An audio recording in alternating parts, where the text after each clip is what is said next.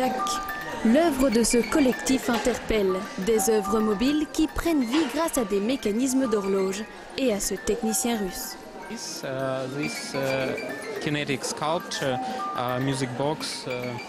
Ce sont des sculptures mécaniques. Il y a une boîte à musique et un mécanisme d'horloge dans chaque création. C'est ce qui fait que ces poupées bougent ou dansent. Je travaille avec un ami qui, lui, s'occupe du reste du travail.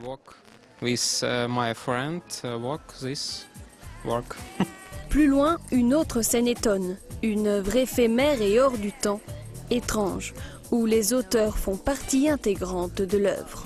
On peut découvrir nos créations hybrides,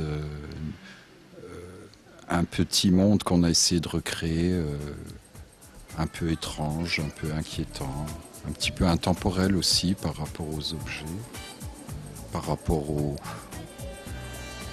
personnages.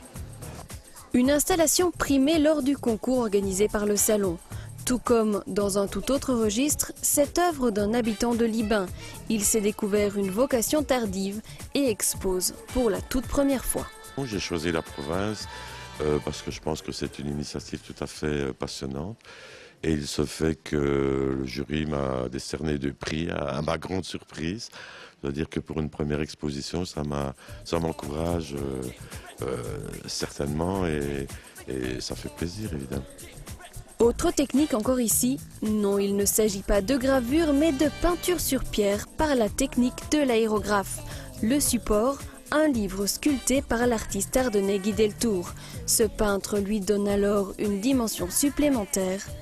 Étonnant. Ce que j'essaye de créer est la sensation que dans la pierre, on verrait une scène actuelle, contemporaine, fossilisée, comme si c'était un livre d'aujourd'hui, un grand livre d'aujourd'hui, qui a été fossilisé par le temps et qu'on retrouve dans 1 million d'années, fossilisé et avec des traces de notre civilisation. 200 artistes pour 2500 œuvres. Librard s'impose d'année en année comme une référence culturelle.